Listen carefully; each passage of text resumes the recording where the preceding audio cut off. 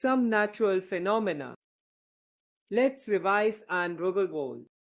There are two types of charges, positive and negative. Electric current is the flow of electrons across a circuit. When current flows through a conductor, heat is produced. The SI unit of electric current is ampere. On a cold wintry night, when we wish to go to sleep, we need to take off our woolens and change into night clothes. As we do so, our hair stands on their ends. Better still, if the lights in the room are not on, we might even see some sparks and hear the crackling sound. What was happening? What was this phenomenon? To understand the cause behind all this, let us visit the structure of substances. Every substance on the earth is made up of atoms, which have a central part called nucleus.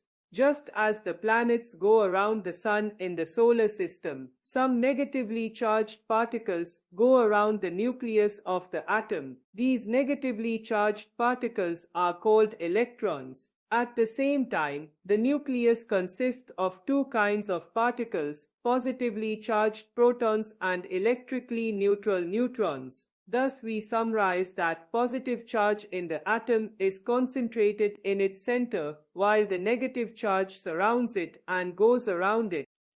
Charged bodies.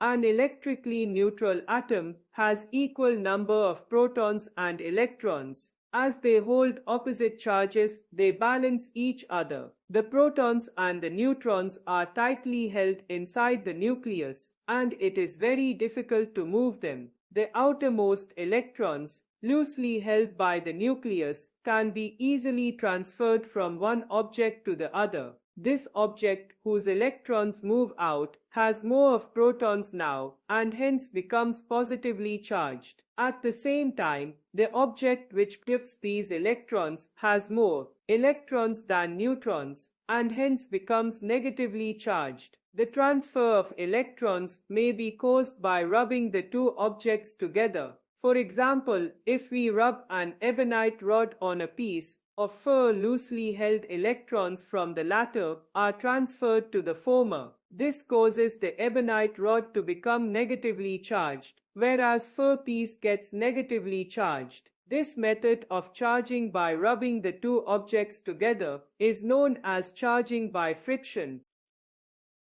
Properties of charges.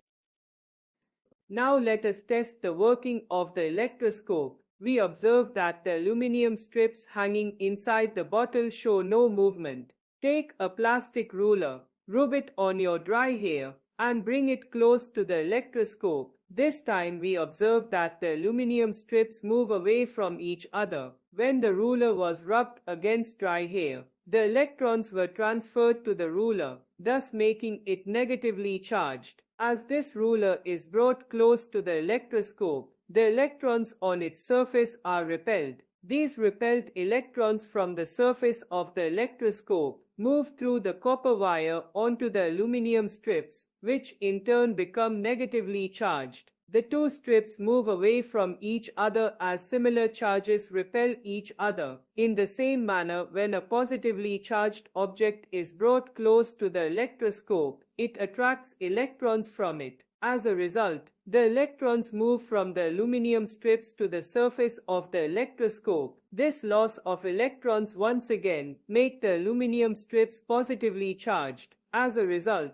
they repel each other again. Thus, whenever a charged object is brought close to the electroscope, a repulsive movement is witnessed between the aluminum strips. In other words, the repulsion of the aluminum strips indicate that the object brought close to the electroscope is a charged one.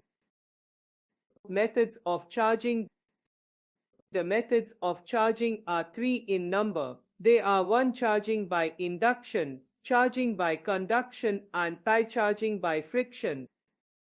Charging by induction.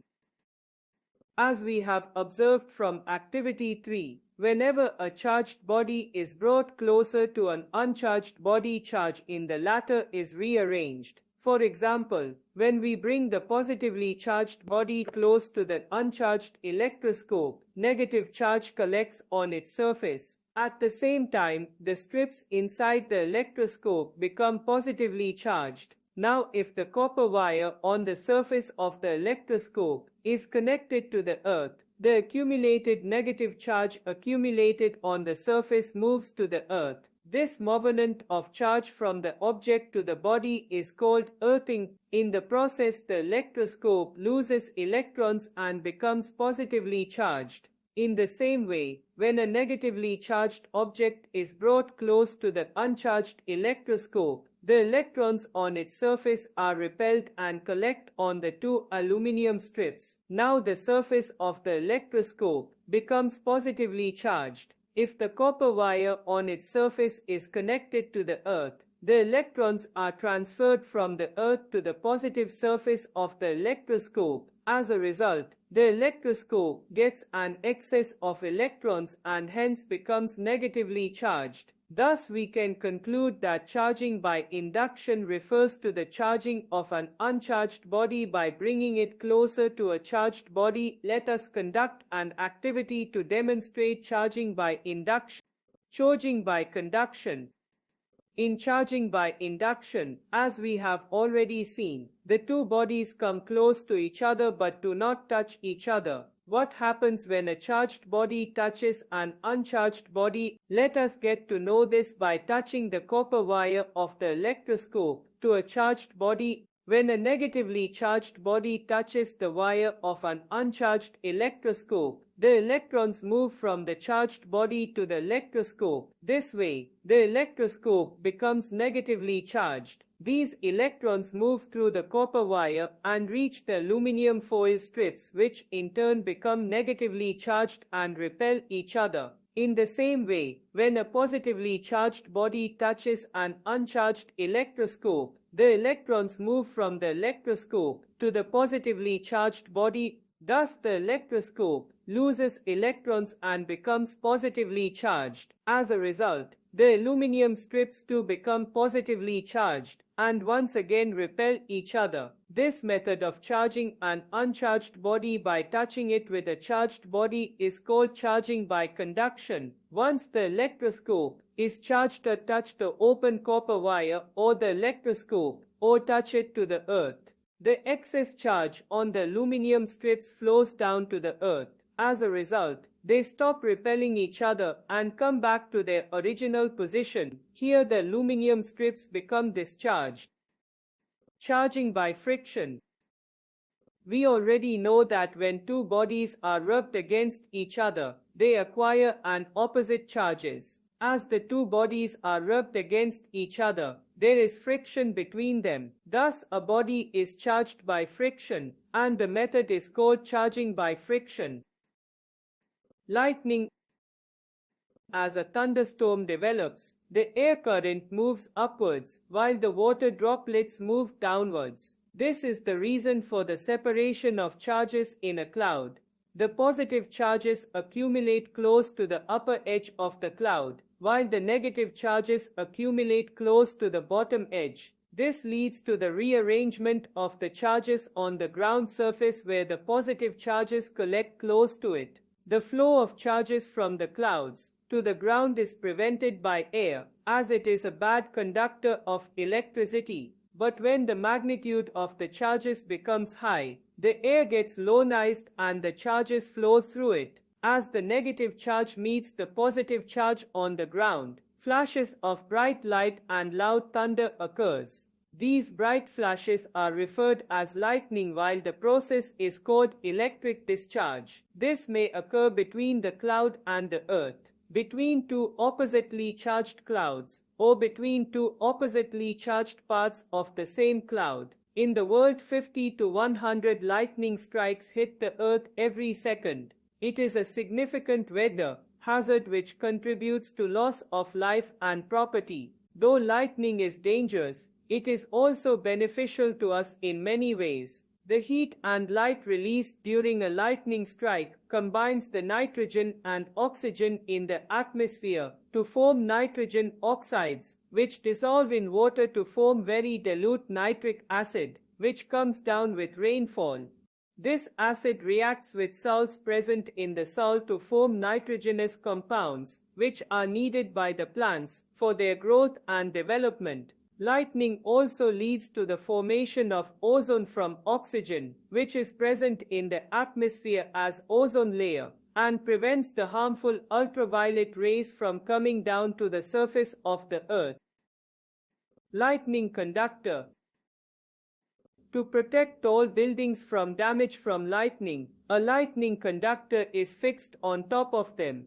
The idea to use lightning conductors on top of tall buildings to protect them was developed by Benjamin Franklin.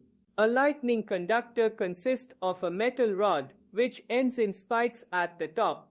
The lower end of the rod is attached to a copper plate, which is buried in the earth. If the lightning does strike the building, it flows harmlessly to the earth through the metal rod, and the building remains safe. Safety from lightning. A lightning strike is very dangerous, as it can easily destroy a tree or building which it hits. Thus, it becomes advisable not to remain in an open place and take shelter at a safe place. A building one with a light conductor is safe. A car or a bus with closed windows is safe. Do not take shelter under a tree as the lightning can strike the tree. An open place is also not safe to be in if it is elevated. At such a place, stay away from trees and poles. If you cannot find any safe shelter, lay down low or close to the ground. Earthquake. It in sudden disturbance below the Earth's surface may produce vibrations or tremors in the Earth's crust. Such vibrations or shaking of the Earth's surface is called an earthquake. An earthquake may be caused by volcanic eruptions, plate tectonics, underground nuclear explosions, or a meteor strike. The most common ones are caused by plate tectonics. The type of earthquake depends on the region where it occurs besides the geological make-up of this region. These occur when the rocks in the Earth's crust break due to the geological forces created by the motion of the tectonic plates.